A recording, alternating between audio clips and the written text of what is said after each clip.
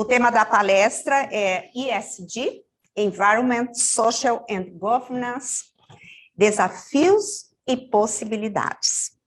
O Tácito tem um currículo enorme. Ele é um homem fora da curva, tá, gente? Eu vou ler o currículo dele que vocês vão ver. Mas, a primeira, ele fala 7 idiomas. Vocês acreditam nisso? Num homem que fala 7 idiomas, é demais, né? Bom, ele é diretor global ESG na Educar, é fundador e CEO da ITTI, uma das startups de tecnologia de formação de professores mais disruptivas, com alcance global sem precedentes e atualmente em 60 países. É life coach internacional, líder de sucesso, consultor de gerenciamento, empresário e palestrante. É graduado em negócios internacionais pela Berkeley, MBA nos Estados Unidos, MBA em Marketing Digital e Negócios pela EFAP Paris, MA em Relações Internacionais e Diplomacia em Paris, MBA em Negócios Internacionais pela Schiller International University em Germany, e é pós-graduado em gestão empresarial pela London Business School no Reino Unido. Então, por favor, vamos dar palmas aqui para o nosso Tácito Cury. Bom, boa noite. Vamos lá. Boa noite. É um prazer, obrigado. É um prazer imenso estar aqui hoje com vocês. Meu nome é Tácito Cury. Primeiramente, quero agradecer a Sandra e a Sônia pelo convite de estar participando aqui, sendo o primeiro embaixador do Instituto Ela. Eu comecei a minha jornada na área da educação há alguns anos, mais ou menos 20 anos atrás, quando eu fui para os Estados Unidos à busca de uma oportunidade, coisa que aqui no Brasil é difícil a gente entender o significado da oportunidade. Fui lá para os Estados Unidos e eu fundei minha primeira empresa, chamada ITTI, logo após ter sobrevivido os ataques do World Trade Center. Estava lá quando aconteceu, e foi lá que eu reinventei a minha vida. Eu montei um projeto educacional onde eu treino as pessoas a serem professores, ou aspirantes professores de inglês, porque inglês ainda é uma língua muito elitista, não é para todo mundo, tanto no Brasil quanto em outros lugares do mundo. Então eu treino as pessoas a serem professores de inglês, e quando elas recebem esse certificado, elas têm que fazer um trabalho voluntariado, os americanos ou quem quer que seja. Ela faz um trabalho voluntariado de 20 horas, ela recebe esse certificado, e através desse certificado ela é recolocada no mercado de trabalho, trabalhando em qualquer lugar do mundo. Hoje eu tenho 60 embaixadores no mundo inteiro, replicando o que eu comecei há 20 anos atrás, desde a Síria, do Iraque, Afeganistão, Brasil e Alemanha e por aí afora. Essa é a minha função hoje que eu faço. Eu também sou diretor da Educar de ESG, um diretor global. A Educar é uma empresa de tecnologia, revolucionária. Ela é revolucionária porque realmente ela é uma única empresa agora aqui no Brasil de educação que leva as pessoas à renda. Eu fiz vários mestrados, vários estudos superiores. Nenhuma escola hoje me perguntou se eu estou trabalhando. Não é típico da escola se perguntar. A Educar é uma empresa revolucionária nisso. Mas, bem, eu não estou aqui para falar nem de uma, nem de outra. Eu estou aqui para falar de ESG. ESG, ou ASG, ou ESG. Alguém conhece? Já ouviu falar? Bom, eu vou fazer uma apresentação bem básica para a gente realmente entender, porque tem muito barulho nesse quesito de ESG. ESG em português, então, environment, que seria ambiental. O S, que é o social, é onde nós estamos agora com o Instituto. E o G, de governança, que não é governamental e não é propriamente relacionada com o governo. Mas muita gente tem essa confusão. E agora, o que aconteceu? Essas palavras estão lidando de problemas que não são recentes. Por mais que a palavra pareça ser recente, a gente já está lidando com esses problemas que já são comuns. São problemas velhos. O ESG é tratado em algumas empresas como sustentabilidade, como braço social. Então, não é nada novo. Os problemas não são novos. É só uma nova intitulação, uma nova estrutura que pegou. E por que isso? Porque isso está conectado com o bolso. Está conectado com o dinheiro, com os lucros no final do dia. É essa que é a grande diferença. Isso sempre existiu. Houve a Eco, para alguns de vocês, Eco 1992 aqui. Então não é novidade. Mas o mercado financeiro, os analistas, os gestores, entenderam que sem ESG nas estratégias da empresa, não há espaço de crescimento. Não é uma moda, um modismo. E a gente viu isso com o escândalo da pandemia, como nos deu um tapa na cara da sociedade como nós estamos. E aqui, então, no Brasil, o que aconteceu? A B3, que é a Bolsa de Valores do Estado de São Paulo, criou, junto em conexão com a Dow Jones, que é uma dos maiores, da maior provedora de índices do mundo, criou uma carteira chamada ISP B3 Brasil ESG, aonde eles convidam as melhores empresas que estão praticando ESG. Então, o que acontece? Quando mexe no bolso para mais ou para menos, as empresas começam, bom, eu preciso prestar atenção. E é isso que um grupo de empresas tem feito aqui no Brasil. Então, a gente já tem umas 10 melhores empresas, um cluster de empresas começando a investir, começando a entender o que é ESG. O problema é que ainda é muito complexo. Então, existe toda essa fase de adaptação. E existe também aquelas empresas que querem ajudar, mas em realidade não querem ajudar. Elas estão pensando nos investimentos, que é conhecido como social washing, greenwashing. Mas a gente, sim, tem muitas empresas interessadas em projetos, em institutos como os de vocês, como o Instituto Ela.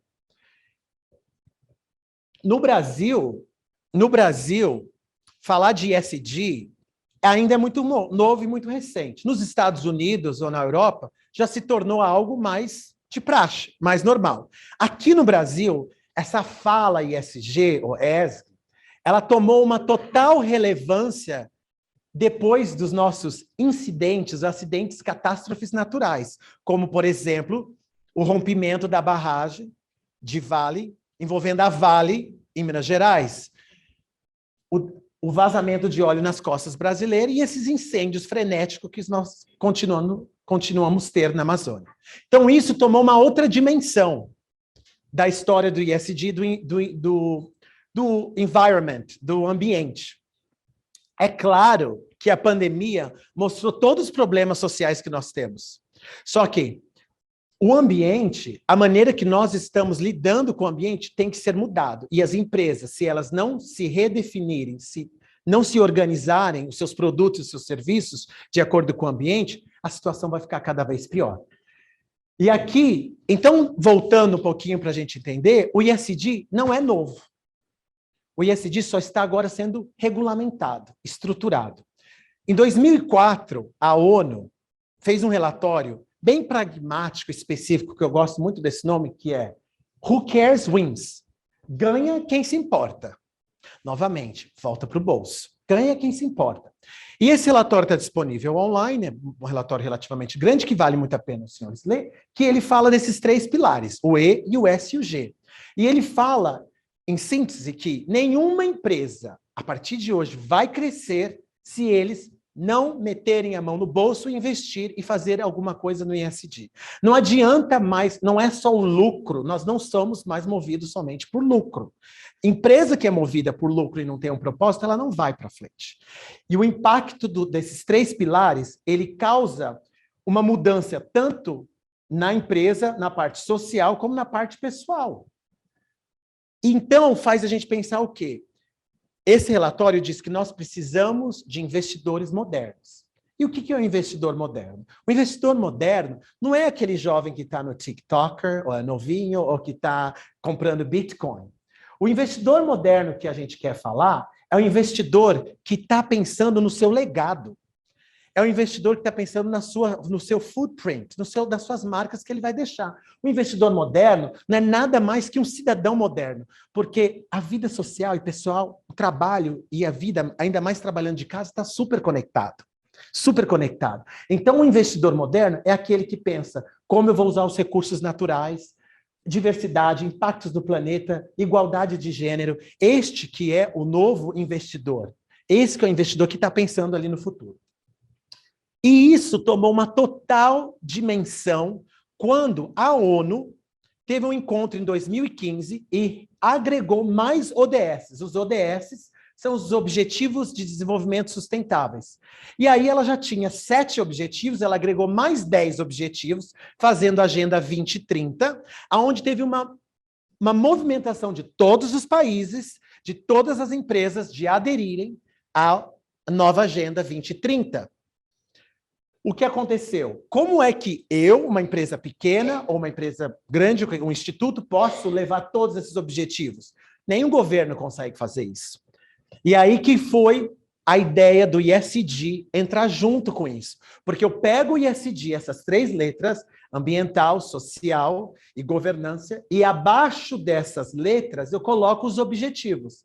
Por exemplo, a Educar, a empresa que eu sou diretor global, uma empresa que trabalha com geração de renda. Nós criamos uma nova estratégia, trouxemos 4 desses 7 objetivos, o 1, o 4, o 8 e 10, que é eliminar a pobreza, educação com qualidade, crescimento e igualdade. Trouxemos esses 4 objetivos e criamos uma estratégia para a gente acompanhar a agenda da ONU. E é essa movimentação que as empresas estão fazendo hoje.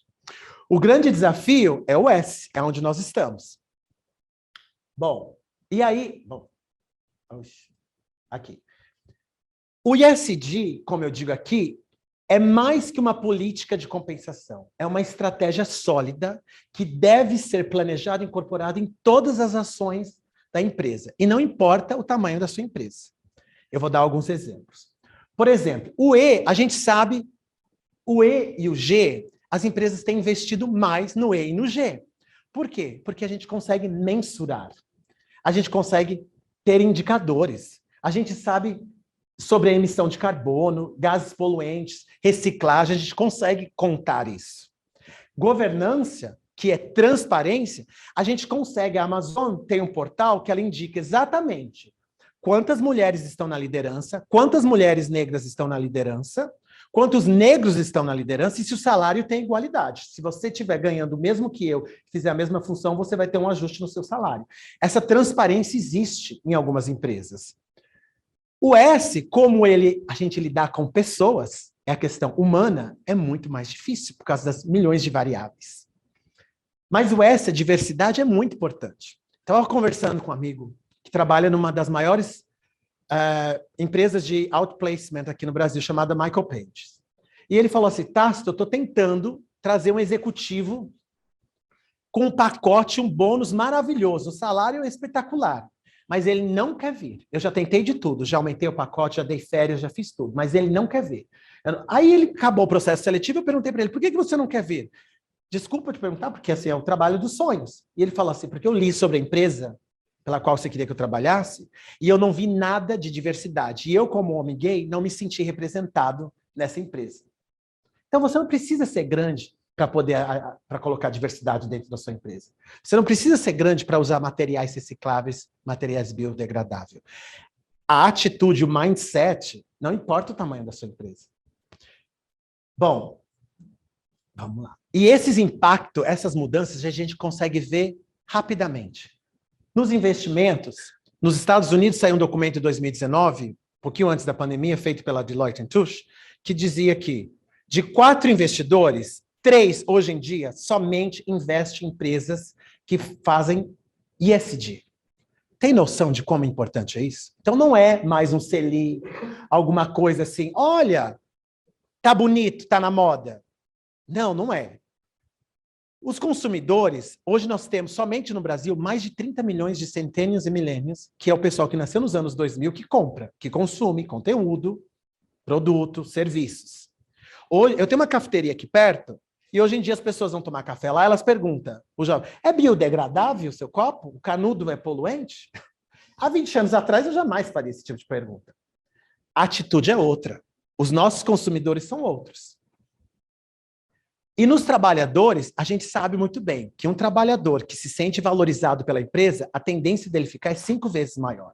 Nos Estados Unidos, ninguém nos Estados Unidos sonha em ser um flipper de burger no McDonald's. Mas você percebe muito bem, quando você chega nos Estados Unidos e o atendente que está lá te atendendo é o cara que está lá empregado do mês. E ele tá com o maior sorriso feliz do dia, porque ele foi reconhecido como empregado do mês. Ele até dá um sorrisinho para falar, ó, sou eu lá no sinalzinho ali, né? Na placa. E a gente percebe isso. Bom, o fato, a importância que a gente tem que entender é que a pandemia, ela realmente escancarou de uma forma, assim, um tapa na cara, o lado social. É óbvio que o nosso desenvolvimento, a nossa relação com o meio ambiente está muito escassa. A gente sabe que os recursos naturais não são ilimitados. Não são ilimitados. E a gente precisa desenvolver tudo isso. Mas o fato é que, como é que a gente vai falar para essas pessoas do lado social de reciclagem, de carbono, quando as pessoas, que é a engrenagem, que é o ser humano, não tem nem dinheiro para comer? Como é que a gente vai motivar uma adolescente a fazer a reciclagem na casa dela se ela nem tem o dinheiro para comprar um absorvente? É difícil. Não é que a gente não vai cuidar do meio ambiente. Nós vamos sim cuidar do meio ambiente, mas tem um lado social, que é a nossa parte. E é aí que eu falo muito do ciclo da emancipação, que eu acredito muito. Que se a partir do momento que a gente consegue gerar renda para as pessoas, a gente consegue fazer com que as pessoas consumem mais. A partir do consumo, elas arrecadam. E através da arrecadação tem mais estabilidade. O que essa roda, esse ciclo da economia faz? Faz com que as pessoas diminuam a violência. Quem não está acostumado com a violência? Porque o fato é que hoje as empresas, elas não podem somente estar lá na Berrine, com o seu escritório blindado, maravilhoso, espelhado, se a pessoa tem medo de descer e comprar um café. O problema hoje que as empresas estão entendendo não é só de dentro. É de dentro para fora, de fora para dentro. Essa é a grande virada de jogo. E aqui é o que eu trago aqui. As empresas de ontem, quando eu digo ontem, é um ontem muito recente. É um ontem da pandemia. As empresas estavam procurando o quê? Ter lucro e ainda num curto prazo. Estavam pensando em recursos, em gerar recursos, preservar caixa e nada mais durante a pandemia que sobreviver. A empresa de hoje, dos nossos tempos, ela está pensando o quê? Inovar, como absorver tecnologia e como gerar perenidade e ainda ser sustentável. E aí é por isso que hoje eu faço parte do Instituto Ela, porque eu acredito que o Instituto tenha várias ações que possam tangibilizar essa questão e trazer tanto para as empresas quanto para os centros educadores, porque é lá que a gente faz a grande diferença, que muda o mindset. Então, estou eu aqui para promover a dignidade feminina e combater a pobreza menstrual. Obrigado.